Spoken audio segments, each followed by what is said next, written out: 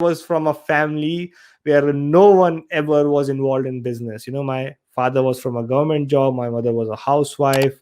They always wanted me to be a doctor. I became an engineer. But anyway, so my father wanted me to be in a government job, never had any funding to start my business with. And most of the people that you would see are doing very well, they did not have a financial background, and that's completely okay.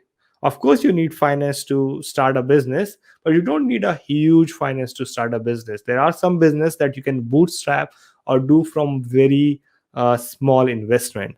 So any service based business doesn't require a huge investment, because it's your time initially, it's your process initially.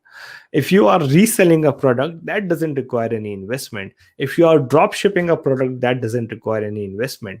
Even if you're like selling a product, what you could do is you can make partnerships with the producers or whatever, and start your business without a huge amount of financial investment.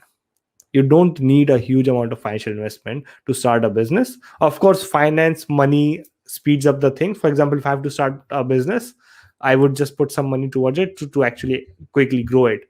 But if you bring me again, and that's what I discuss about, is like, I am not fearful of losing money or losing even my company or whatever, unless I've got my skills.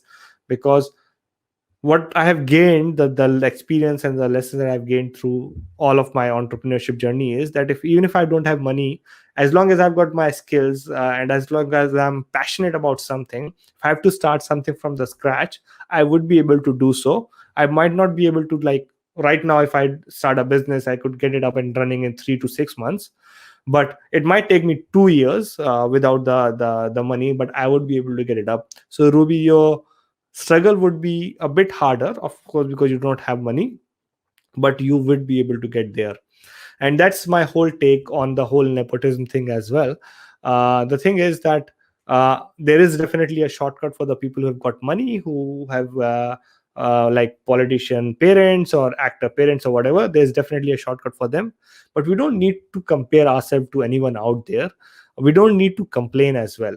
What we have to do is we have to look at ourselves and see how we can progress towards something as well. Even if it takes them 3 months to start a business, that's fine for them. If you are passionate about starting a business, you start tonight, you start from tonight. Even if it takes 2 years, that's fine. You just gotta give it a go. uh, Empires are not built overnight. You have to work hard and work meticulously, but you will be able to succeed. That's my guarantee. If you just keep on it, be persistent, determined, you will be able to succeed. You will be able to establish your own business. You might face some of the failures, and be prepared for that, but that's it. Once you cross those hurdles, you will learn from them, and you will be able to grow your business from there.